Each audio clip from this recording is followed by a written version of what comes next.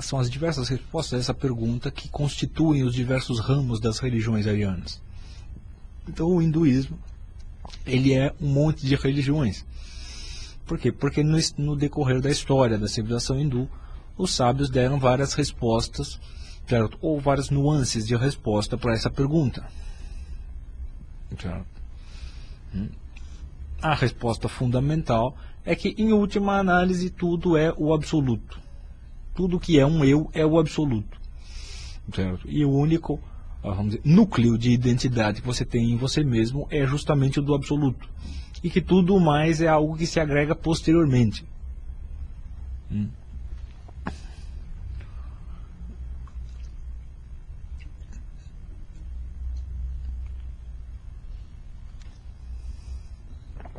Tá claro isso aí? Certo. Agora, o que acontece? Esse tipo de pergunta, quer dizer, a pergunta mesmo fundamental que você coloca para o hindu ou para o budista, é uma pergunta cuja resposta exige uma espécie de fértil ou rica imaginação metafísica.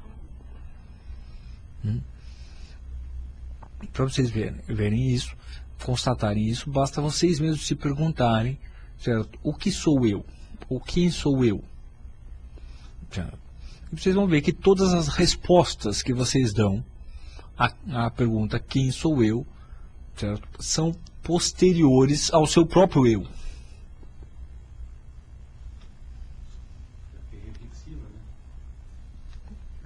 Exatamente.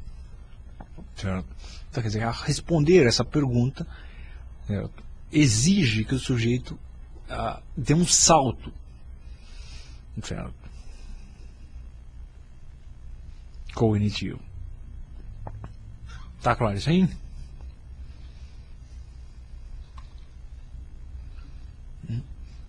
Se você perguntar, não, o que é um cachorro ou o que é um ser humano, essa pergunta pode ser abarcada pela sua linguagem. Quer dizer, qualquer linguagem humana suficientemente rica pode explicar o que é um cachorro ou o que é um ser humano. Mas não existe nenhuma linguagem que possa responder, certo, imediatamente à pergunta o que é eu.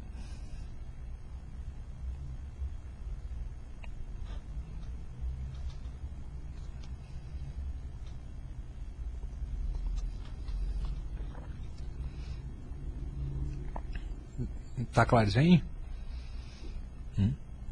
Toda informação que você dá acerca de você, certo? Não é você, evidentemente. É algo que pertence a você.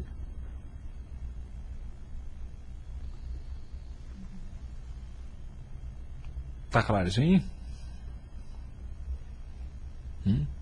Então, por exemplo, quando você fala, não, quem sou eu? Eu sou um ser humano. Mas existe uma identidade entre o conceito eu e o conceito ser humano em você? Não.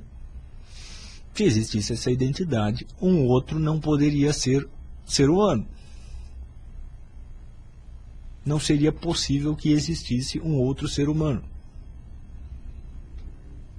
Então o conceito eu, num indivíduo humano, e o conceito ser humano são conceitos que têm uma certa intersecção, mas não se correspondem.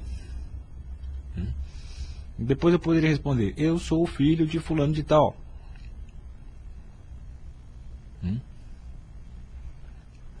E mesmo que eu seja filho único de fulano de tal, eu percebo que é possível que fulano de tal tenha um outro filho.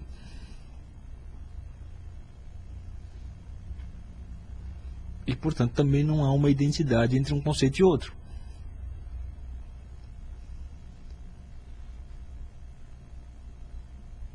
Tá claro isso aí?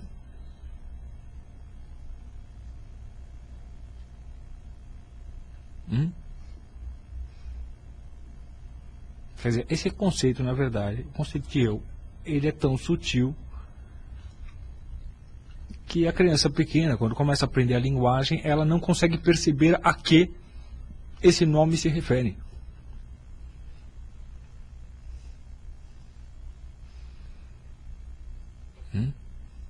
Então é por isso que a criança costuma falar, o Joãozinho fez não sei o quê. Ela não fala, eu fiz não sei o quê.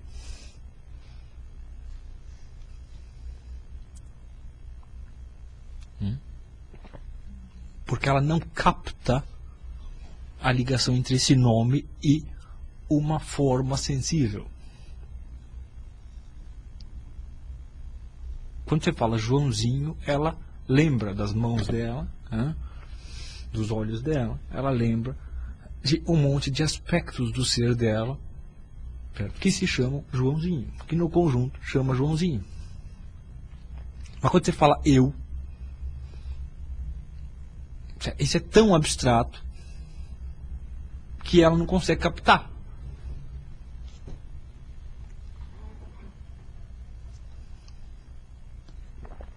Tá claro assim?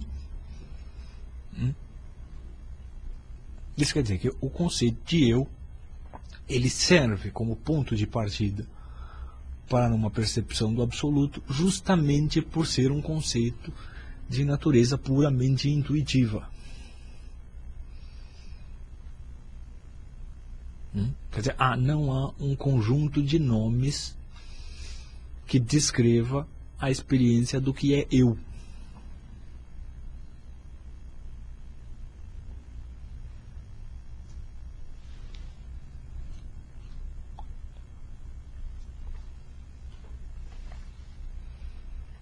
Está claro, sim? Todo e qualquer nome se refere a algo que simplesmente pertence à minha mente ou algo que pertence ao meu corpo.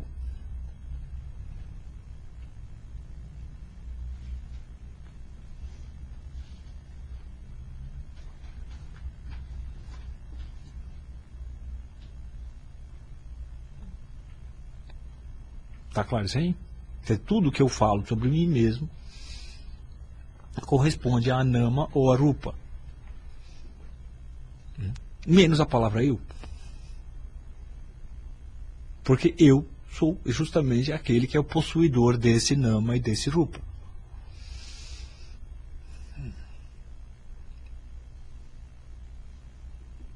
É aquele que está subentendido nisso aí.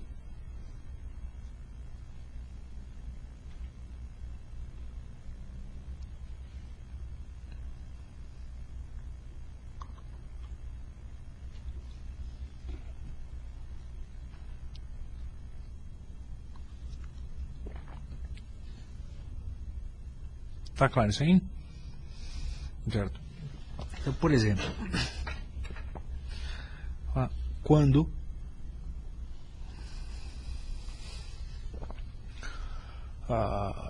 Deus falou com Abraão, qual era a diferença entre esse Deus que falou com Abraão e os outros deuses? Qual era a diferença entre o Deus de Abraão e os deuses dos outros? Que diferenciava os deuses dos outros, do Deus de Abraão, e o Deus de Abraão dos deuses dos outros? Era justamente que o Deus de Abraão não tinha forma.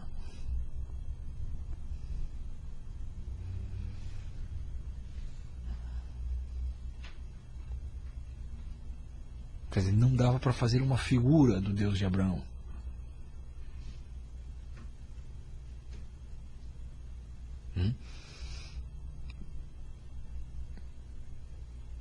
Não é que toda vez que um sujeito então faz uma estátua de um Deus, que ele pensa que aquela estátua é o Deus dele. Mas ele afirma que existe uma analogia fundamental entre essa estátua e o Deus, certo? Do qual ela é representação. Não é isso? Agora, a estátua é um rupa, quer dizer, é uma forma sensível. Não é isso? E a toda forma sensível corresponde o quê? Um nama, um conjunto de conceitos que descreve ela.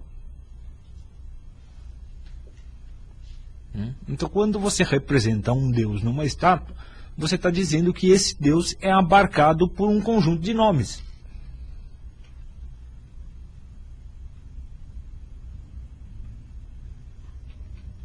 Não é isso?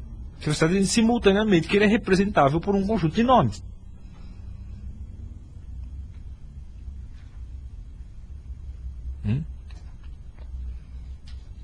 e que, portanto, num certo sentido, o seu psiquismo pode esgotá-lo.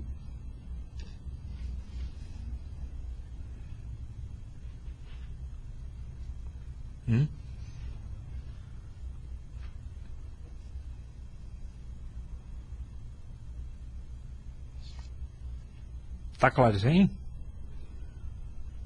Quando Abraão chega e fala, não, meu Deus não tem forma, não tem uma imagem, não dá para fazer uma imagem.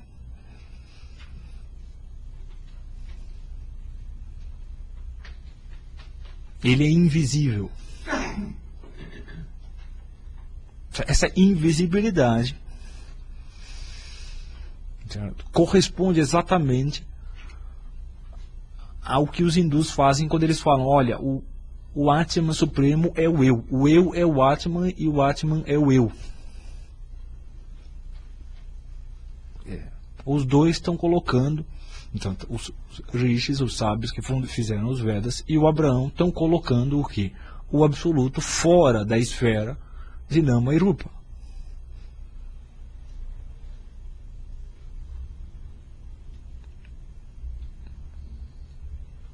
Tá claro isso aí?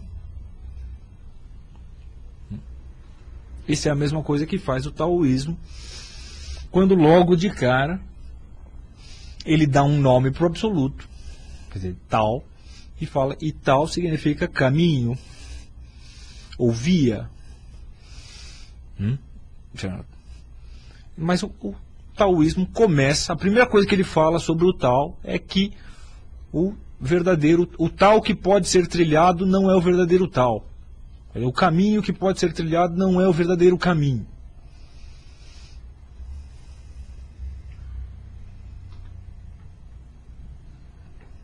Quando ele fala isso, ele está justamente o quê?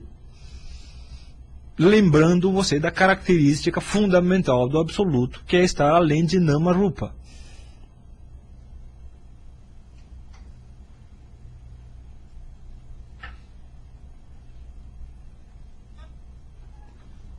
Está claro assim?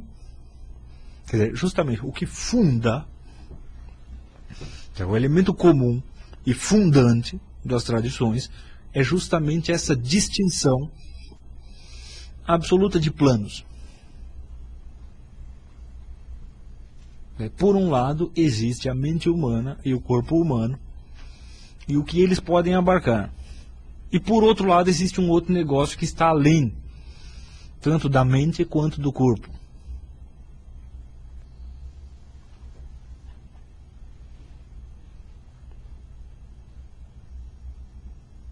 Está claro isso aí? Isso aí é o princípio fundante de qualquer tradição religiosa. De um modo ou de outro, cada uma das tradições religiosas marca logo no começo essa característica fundamental do absoluto.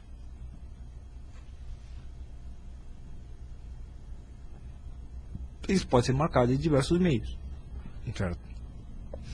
No caso do taoísmo, justamente por uma expressão contraditória. No caso do hinduísmo, usando para significar o absoluto um termo que é puramente intuitivo.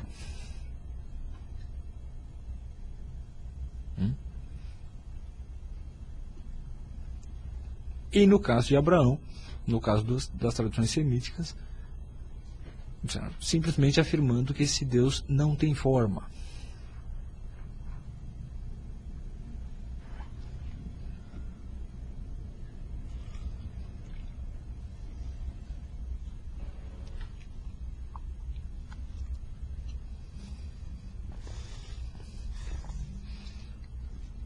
Tá claro isso aí?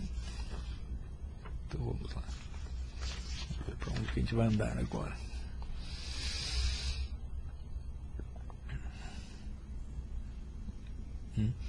Quer dizer, é essa, vamos dizer, essa a expressão inicial de cada tradição religiosa que diferencia a religião como tradição humana de qualquer outra tradição humana. ou de qualquer outro elemento de uma cultura humana. Certo? Então, por exemplo, existe para cada civilização um conjunto de ciências e artes que aquela civilização possui e que ela procura transmitir para a geração seguinte. Não é isso?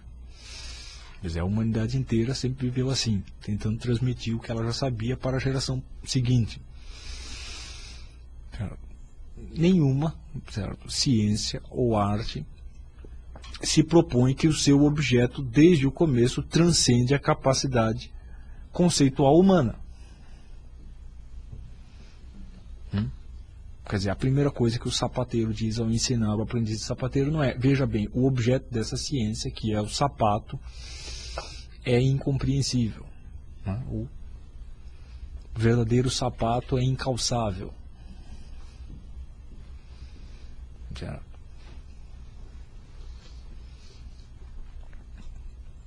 Está claro isso aí? Quer dizer, qualquer tradição cultural, justamente pelo contrário, certo, se origina quando você consegue reunir um conjunto de conhecimentos numa forma mental que expresse de maneira suficiente e completa o seu objeto. Não é isso?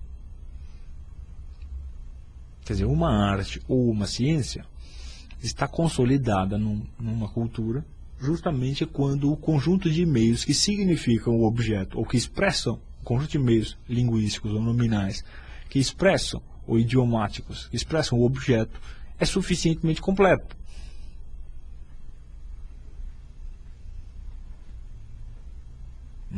Você quer ver um exemplo? Então, por exemplo, um exemplo são os 13 livros dos elementos de Euclides. Todos eles tratam de um objeto que é a geometria.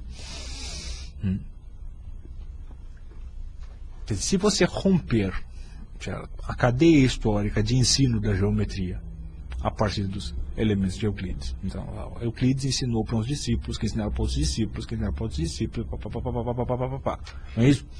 Suponha que eu interrompa essa cadeia de transmissão e 2 ou 3 ou 4 ou 50 gerações depois alguém encontre um exemplar, um manuscrito dos elementos de Euclides e tente entender o que é aquilo.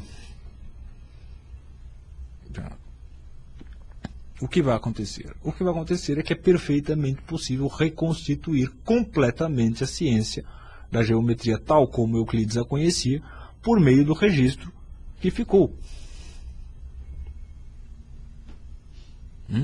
Quer dizer, mesmo que você não exista, num determinado momento histórico, não exista mais nenhum descendente cultural ou intelectual direto do Euclides, se sobrar o registro nominal, ele é suficiente para você resgatar aquela tradição, para você resgatar aquele elemento da cultura grega.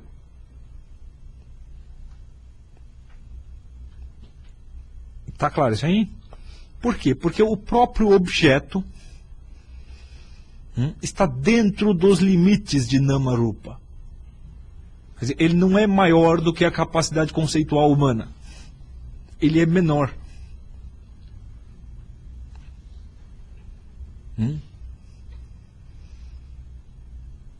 Está claro isso aí?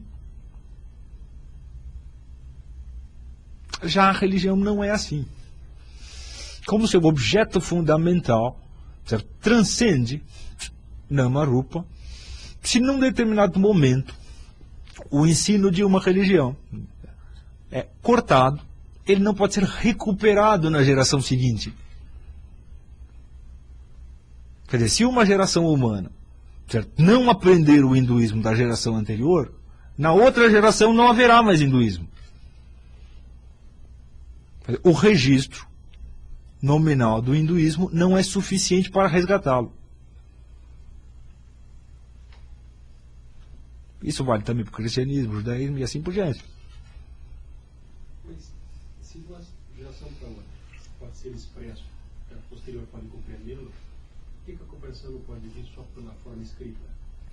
Justamente porque a forma escrita é uma indicação. E o que altera na fala? É um exemplo da geração anterior? O que altera na fala? A fala é um ato vital. Escrever, não é? Exatamente. O registro, o livro escrito já não é mais um ato vital. Já reduziu a fala.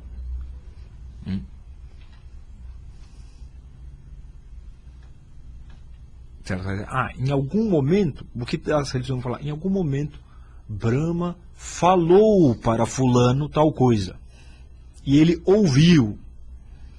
Aí este sujeito falou isto para um outro sujeito. Que falou para um outro, falou.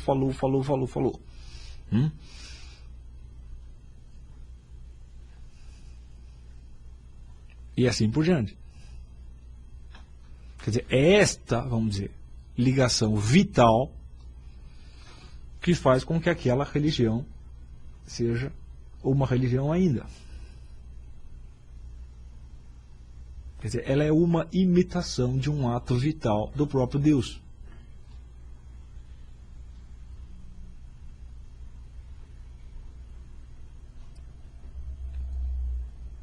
Está claro isso aí?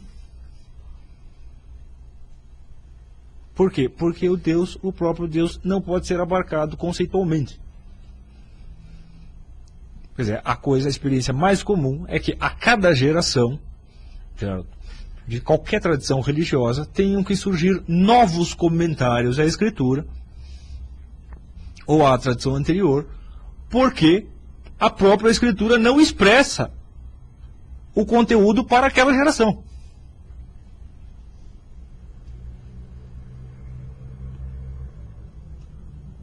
Está claro isso aí?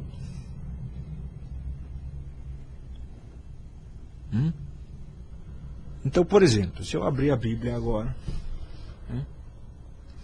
eu chegar em casa, nunca ouvi falar de cristianismo, eu simplesmente abrir a Bíblia. Também nunca ouvi falar de judaísmo. Como eu faço para me tornar judeu ou cristão? Simplesmente abrindo a Bíblia. Não dá. É impossível.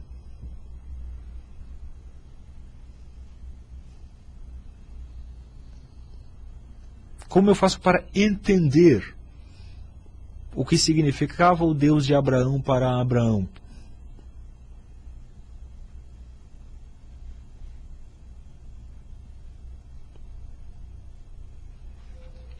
O único jeito de eu entender o que significava o Deus de Abraão para Abraão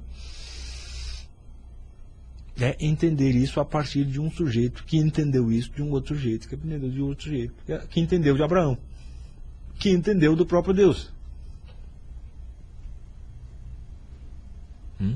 É por isso que as religiões são tradições.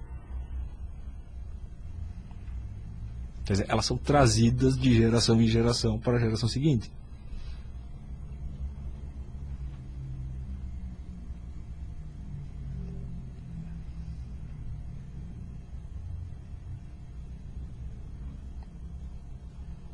Está claro isso aí? Se fosse possível, se o objeto da religião, o objeto último da religião, fosse esgotável pela mente humana, qualquer descrição suficiente dele poderia ser resgatada 2 ou 3 ou 50 gerações depois. Certo? Então, por exemplo, hoje a gente pode aqui, vamos abrir o livro egípcio dos mortos. O que era o absoluto para os egípcios? Não tenho a menor ideia. Ninguém tem a menor ideia.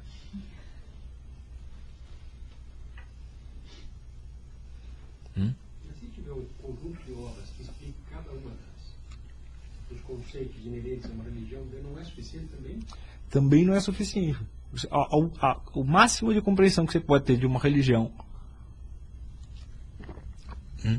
que foi interrompida historicamente é por analogia com outras religiões semelhantes ou próximas.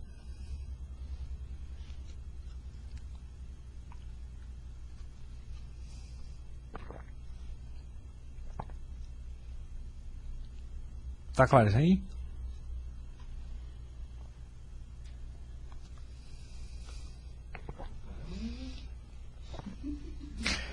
Pero não mútil, né?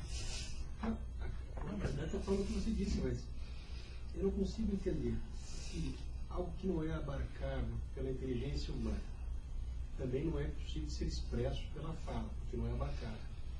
Ele também não será abarcável pela transmissão escrita. Então, o que tem em comum da escrita para a fala? Ambos não abarcaram todo o conceito. De fato. De forma especial a fala em relação à escrita. Exatamente. Que dá este plus de compreensão. O que torna especial a fala em relação à escrita? A alma, né? Oi? A alma, como você expressa. Certo.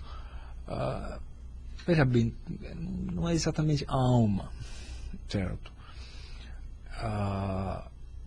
É justamente que a fala, como ato vital, certo? Ela inclui uma série de outras dimensões, certo? Da existência humana, que o mero registro escrito não inclui. Quer dizer, o registro escrito ele é maximamente abstrato. Ele tende, certo? Vamos dizer, tende muito mais para Nama.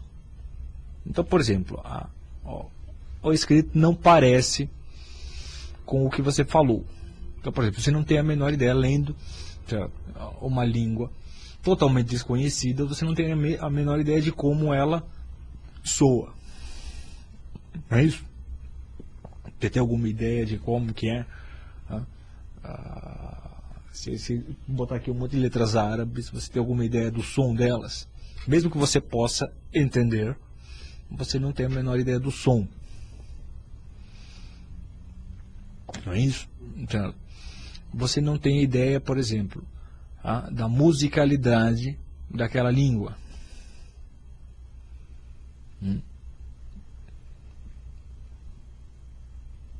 Tá claro isso aí? Então isso já quer dizer, existem notícias ali que já foram cortadas. A escrita empobrece? A escrita enriquece no sentido do registro abstrato. Quer dizer, para todo, vamos dizer, todo e qualquer objeto cósmico, ou objeto natural, a escrita enriquece. Ela enriquece no sentido justamente de criar um registro que é resgatável, que é recuperável, mesmo no caso de emergência, no caso de se perder o ensino contínuo. Mas, opa. Por mais que você descreva um cheiro, se você não tiver, né, a experiência vivida, você não vai saber como é que é aquele cheiro realmente. Exatamente, você não vai saber como é aquele cheiro. Certo? Inclusive existiam povos, certo? Como por exemplo, os povos celtas, eles tinham, certo, elementos de escrita, mas eles tinham entre eles a lei que proibia de usar a escrita para as coisas da religião. Não, a escrita existe só para os registros comerciais, políticos, acordos, mas ela não pode ser usada para as coisas da religião. Por quê? Porque ela vai dar a impressão de que você está transmitindo um negócio e não está. A experiência do vivido. Certo? E se você pegar também todos os povos, porque eles disseram, então Deus falou com Abraão. Por que Deus não escreveu um livro para Abraão? Né? Exatamente. Por que mandou um e-mail exatamente para Abraão? Certo? Exatamente, não só um fax. Né? Por que ele falou com Abraão? Porque justamente a fala, ela ainda, além de ainda ser um ato vital, ela como que resume todos os componentes da individualidade humana. Certo? A fala tem desde uma aparência sensível, quer dizer, a fala pertence a Rupa, certo? Mas a fala também pertence a Nama, porque ela tem um conteúdo inteligível, quer dizer, ela tem um significado. Quer dizer, a palavra é como um resumo do próprio ser humano. A palavra entoada transcende. Sim, sim. Será por isso também que não basta o leão depois dentro, ele tem que ouvir o réu? Perdão, não entendi a pergunta. Sim, por isso ele tem que ouvir o réu. Evidentemente. Certo? Tem coisas que ficam perdidas no registro escrito. Então, por exemplo, a expressão facial que ele faz que dá um cara que tá mentindo. Sim, a expressão facial, um monte de coisa. Certo? Certo? Então, mesmo as religiões que põem ênfase num livro escrito, elas vão dizer que, opa, primeiro isso foi falado, e segundo é importante que isso não seja esquecido. Certo? Você tem casos, por exemplo, no caso do judaísmo, houve um tempo em que eles perderam o alfabeto deles.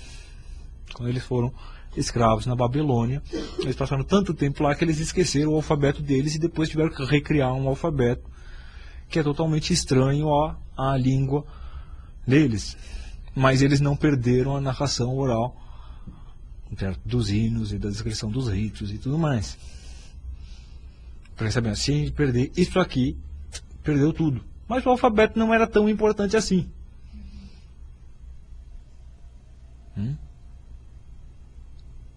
Tá claro isso aí?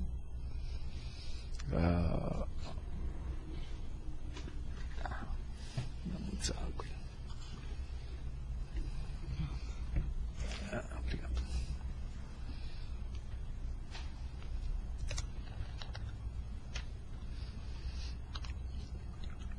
E isso se dá exclusivamente no caso da religião.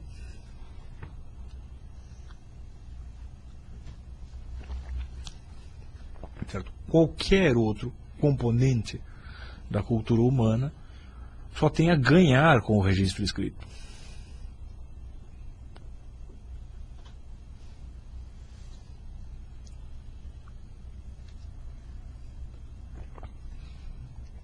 Tá claro isso aí?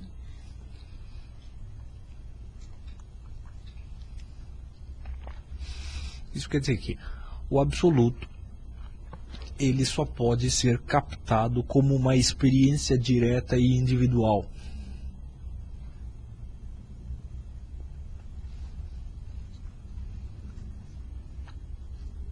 Do mesmo jeito que o eu, ou que uma coisa que não tem forma alguma, como o Deus de Abraão. No começo não tinha nenhum nome, e é por isso que falavam o Deus de Abraão, porque ninguém sabia como ele chamava. Ou o tal que não pode ser trilhado, o caminho que não pode ser trilhado.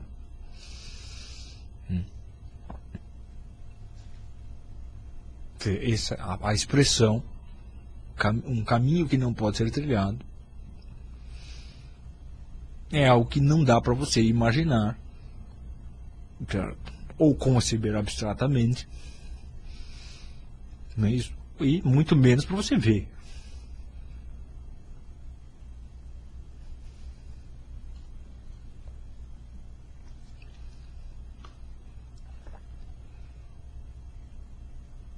Tá claro isso aí? Então, esse é o primeiro, vamos dizer, critério de distinção entre uma verdadeira tradição religiosa e uma tradição pseudo-religiosa.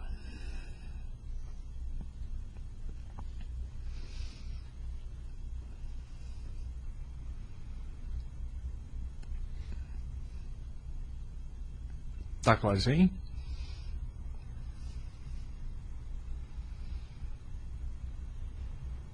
Quer dizer, se o conceito original pode ser abarcado, que o objeto original pode ser abarcado conceitualmente, evidentemente não é uma religião. Muito menos ainda se ele pode ser abarcado por uma forma sensível.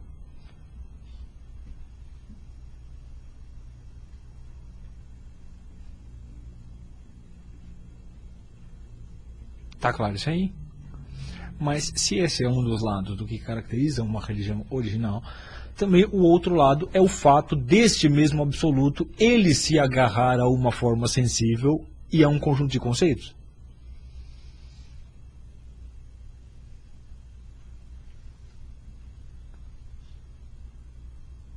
Não é isso? Quer dizer, se o absoluto de que fala, por exemplo, a tradição hindu é inalcançável, inatingível, indefinível, no entanto, ele fala os Vedas. E os Vedas é uma forma sensível.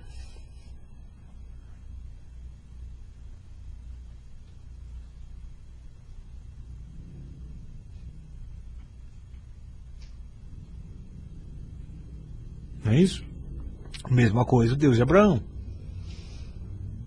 Ele é invisível e impossível de ser representado. Ele fala para Abraão, faça isso.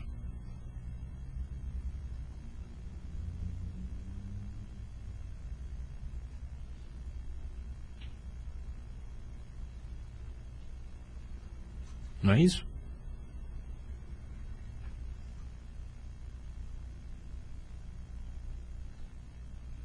Porque sem essa fixação numa forma sensível, também não é possível a existência de uma religião.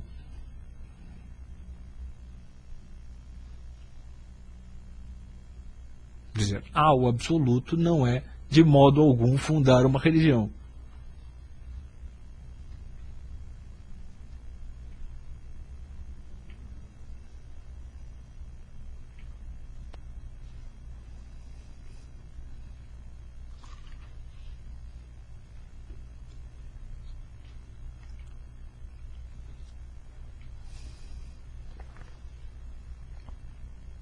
Tá claro isso aí?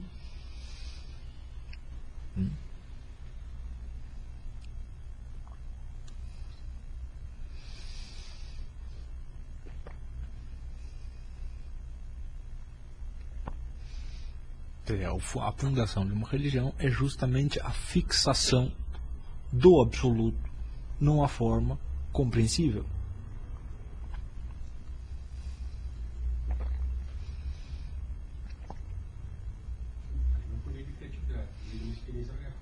Por meio de uma experiência real.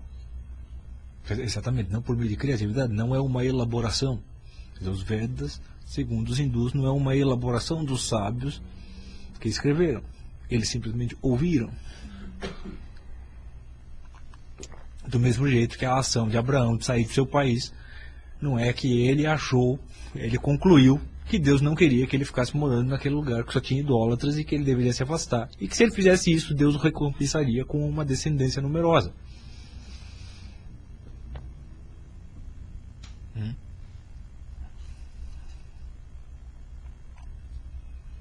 A ideia é que Deus falou para ele isso e aí ele simplesmente fez. Por que ele fez? E por que o Brahmani recita o Veda? O que Deus falou? É como que para retornar nesse mesmo movimento. Então Deus fez um movimento na direção do homem. E aí o homem faz um movimento complementar na direção de Deus.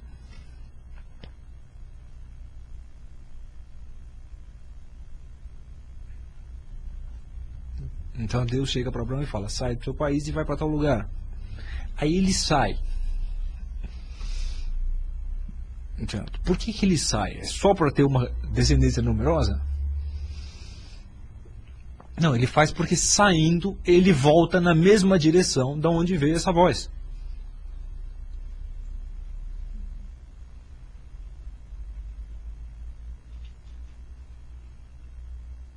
Tá claro isso aí? Quando ele volta nessa direção, ele chega a uma série de conclusões acerca de Deus. Deus é assim, Deus é assado, Deus é... São essas conclusões dele que permitem que ele transmita a experiência original para a geração seguinte. Então, é a mesma coisa. Os sábios originais que fizeram os Vedas escutam aquilo de Deus, aí eles recitam. Quando eles recitam, eles como que fizeram um movimento na direção daquela voz. E aí eles, o dono dessa voz é assim, assim, assim, assim. Aí eles descrevem isso para o sujeito da geração seguinte. E aí o sujeito da geração seguinte faz a mesma coisa. E assim vai.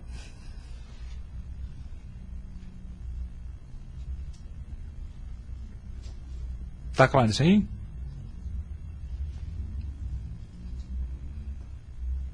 Então, esse também é o segundo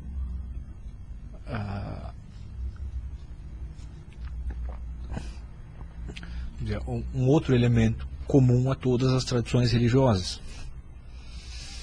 Quer dizer, logo, no início, elas dão um meio de auto-perpetuação. Elas ensinam um mecanismo pelo qual você vai perpetuar aquilo.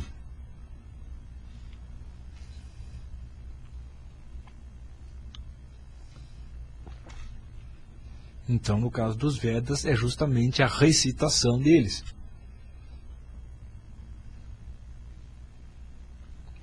A primeira coisa que os sábios falaram: olha, isso aqui foi o que Deus falou, e se você falar,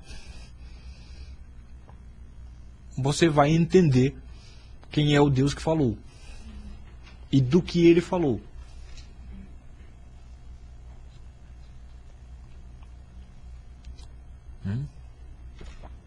No caso, por exemplo, da tradição abraâmica é diferente.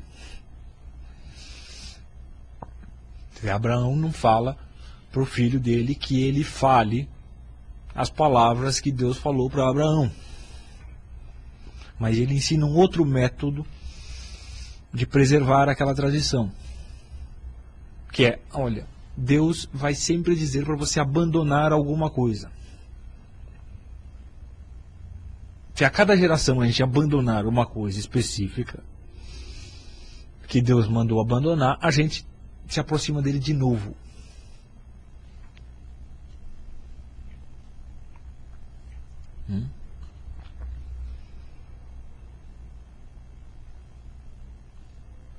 É por isso que a história das tradições semíticas, até elas se dividirem em ramos formalmente distintos, é uma história do que? De renúncias.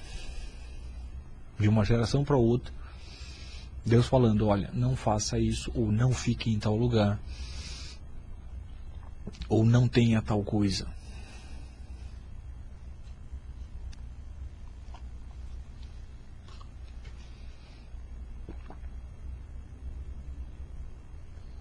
Tá claro isso aí?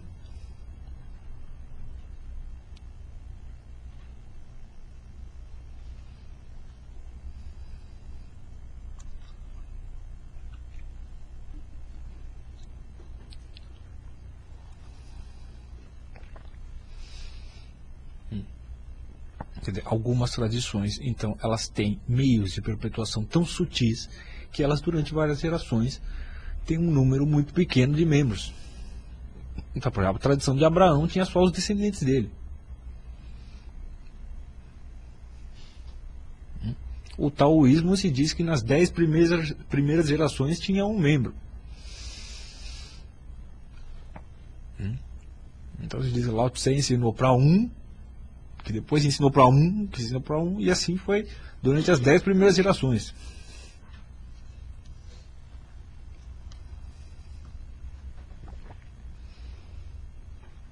Tá claro isso aí?